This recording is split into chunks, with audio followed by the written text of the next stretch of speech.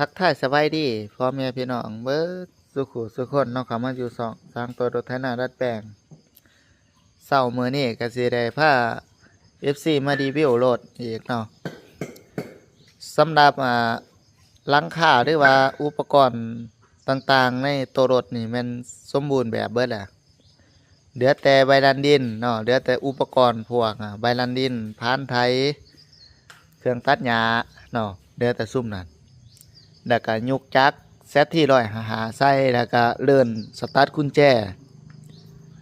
ก็ถือว่า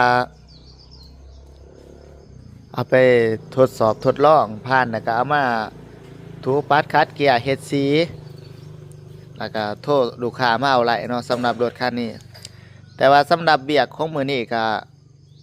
อ่านใช่ว่าสิได้รอบก่อนเนาะเพราะว่าสร้างตัวเฮ็ดแล้วเบิดแล้วบ่ทันได้ไล่รอบ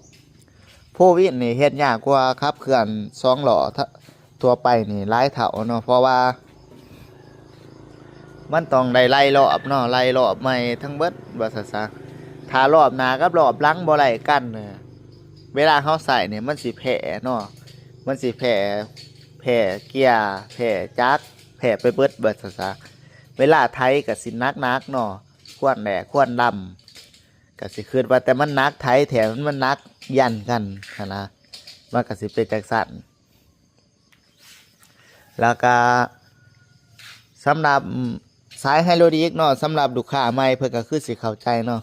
สร้างตัวเปลี่ยนมาเป็นแบบนี้แหละแต่เกมมันสิเป็นตัวซื้อเนาะแล้วเอาสายโค้งซูบลงเวลาใส่ไปมันหอนเนาะมันหอนแล้วมันก็แ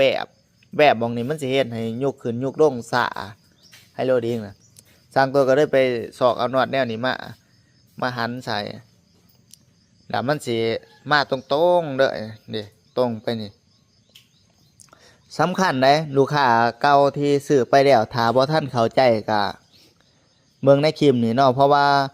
ถ้าสายตัวนี้มันแบบนี่เขาเอิ้นว่าน้ำมันไหลเวียนบ่สะดวกน่ะมันสิเฮ็ดให้ซ่าเนาะแต่บ่มีผลเสียหายหยังบ่ได้มีเสียหายหยังจากไฮโดรลิก